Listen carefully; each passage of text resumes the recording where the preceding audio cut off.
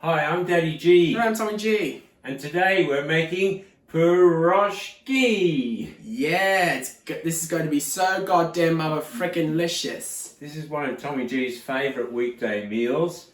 It's adapted from a Russian recipe for a dough surrounded savoury filling with dill and mince and stuff. Yeah. But this is our slightly dodgy version for quick and easy.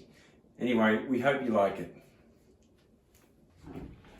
Okay, as a brief overview, you need half a kilo of mince, a bit of butter, 3 eggs, chopped up bunch of dill. I'm sorry, Nat, but some reputable tomato-based spaghetti sauce. And again, I don't usually brand, but some sachet of yeast and bread improver. I just like Lighthouse because it's made in France and all the other yeast you buy are not. 2 cups of high protein plain flour, 2 teaspoons of salt, 1.5 cups of milk, and ultimately, a little bit later, another one of these slack hacks, baby peas. All right, let's do this thing.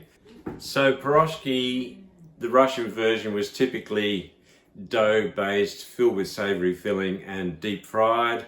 It's very similar to pierogi, the Polish version, which is a non-yeast based dumpling that was boiled in water, but again a savoury filling, and both of them had a predominance of dill, which is bellissimo. Okay, so step 1, sort out the filling. A couple of splogs of olive oil, or what your oil of choice is, into a heavy base fry pan. Crank the heat a bit. Woo, got the right one. Yeah, baby. Then we need an implement of destruction.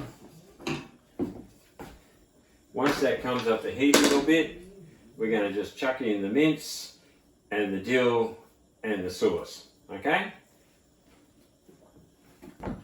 So once the oil's getting a bit hot, chuck in your mince.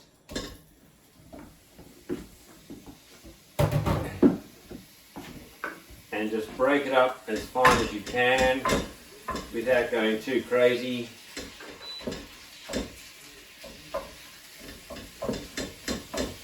And all we're looking to do here is just brown that mince off, okay? Just mince. I know they always talk about browning your meat, but to me, it always looks a bit grey. But anyway, once you've done that, and hopefully you can see that fine, we chuck in the dill. I bought some at the shop the other day and went to the woman behind the counter. Does this make me a cannibal? It took her a while to catch up, but hey. So you stir the dill through, and then you get your slack ass sauce of choice. In this case, bolognese.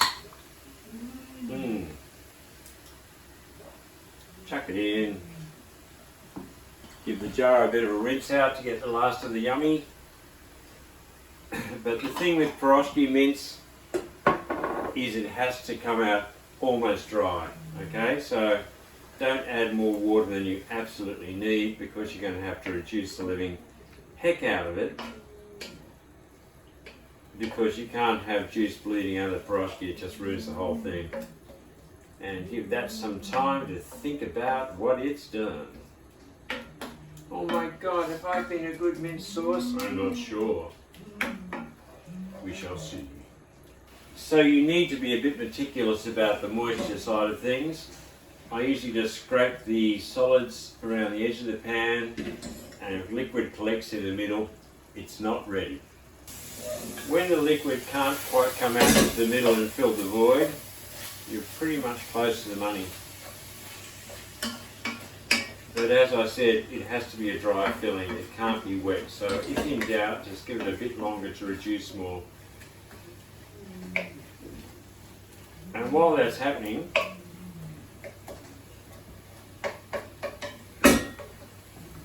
Tommy G is quite partial to a bit of green pea action. So when you're satisfied that's pretty much got to the mark you want, you can kill the heat, flatten it out a bit, and all you do is just stir through as many green peas as you want, and they'll cook in the heat of that mince, don't worry. So once you've stirred those in, slap a lid on that puppy and it's good to go. Shazam! To make our dough, got 2 cups of high protein flour. So I think that's a 7 gram usually sachet of yeast and bread improver. And 2 teaspoons of salt. That's your dry ingredients sorted, which I like to just mix through with a kniffy. And the liquid for this dough is really a lot like just custard, okay? So we'll burgle the knife, you just whack it in a dab of butter. Actually, let's make that 2 dabs of butter.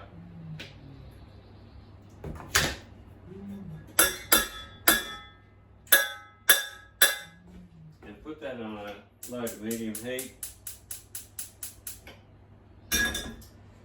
And once the butter starts to melt, then we whack in the milk, and when it's just getting up to body temp, then we just whisk the eggs through with this whisky device. Once your butter is melted, you can just chuck in your 1.5 cups of milk.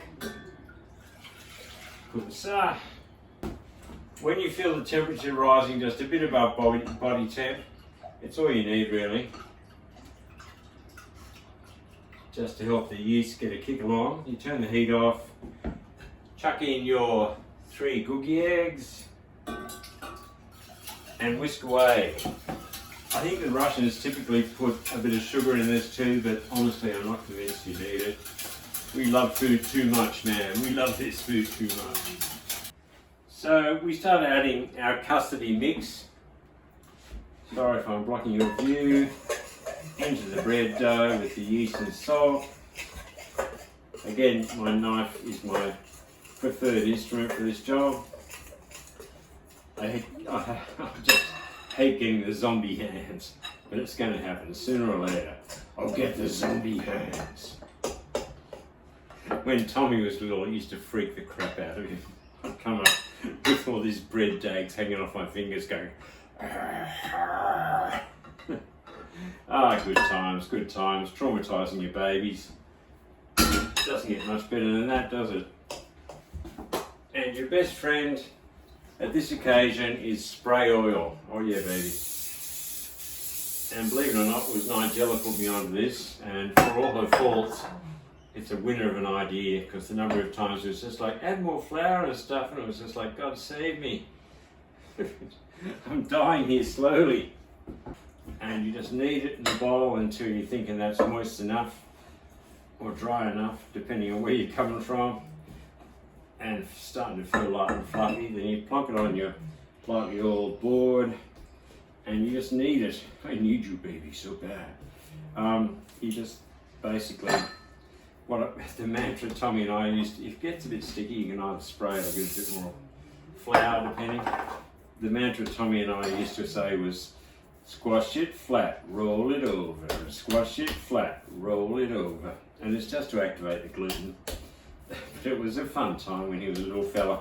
He'd just be going, squash it flat, roll it over. Squash it flat, roll it over. So once our dough seems light and fluffy and yum, we just get a bit of the spray oil into the glass bowl, which is suddenly miraculously clean and dry. Pop this little puppy in there, give him a last little massage. It's going to be a good Piroshki. Okay, bit of spray oil on top, just a snatch, and glad wrap. It just makes sure it doesn't dry out at all. And we put that somewhere nice and warm. In that case, probably just here. And once that's risen to about almost twice its size, then we come back to it. So, when you get a minute, preheat your oven to 180 degrees. So when your dough is risen enough, aka Sunday afternoon, I could not be asked waiting any longer. You'll be okay. It's not like bread where you have to have the proving and a second proving. It's a bit more tolerant. But anyway, that has risen somewhat, feels light and fluffy. And that's my excuse. What you're doing now, you just need it a little bit more. Okay, so we get about a golf ball sized bit of material off the dough, roll it into a nice ball, and then we want to roll it out into a, I don't know, ovaloid, rectangular shape, if you will. I've got no idea what you'd call it. Into a nice slug. To have room for the filling.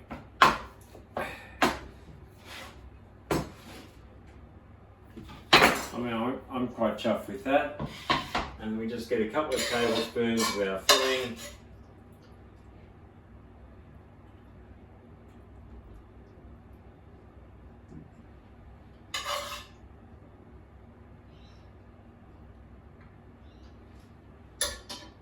And then just pinch that up. Just very delicately over the filling. Twist and turn so you seal around the edges and whack it on a baking tray with some baking paper. Okay, when your piroshkis are laid out in the baking paper, just get a bit of the custardy dough mix, wipe it on top as a glaze. It's so beautiful. And then we bung them in the oven and we just watch how they go for maybe 30 minutes or so at 180 as I said previously. So the timer's just gone off. We're opening up the oven. Let's whip out a tray. Yow. Yow, yow, yow. To my untrained eye, they look pretty bloody good, but we'll see what the professionals reckon shortly. Okay, Tommy G, what do you think? Delicious. Yay! That's a big win from Tommy G. Oh, thanks so much, man. That means so much. You got anything to say to our viewers? Thanks for watching, everyone. Don't forget to subscribe and leave a comment below. Oh, thanks, Tom. Enjoy.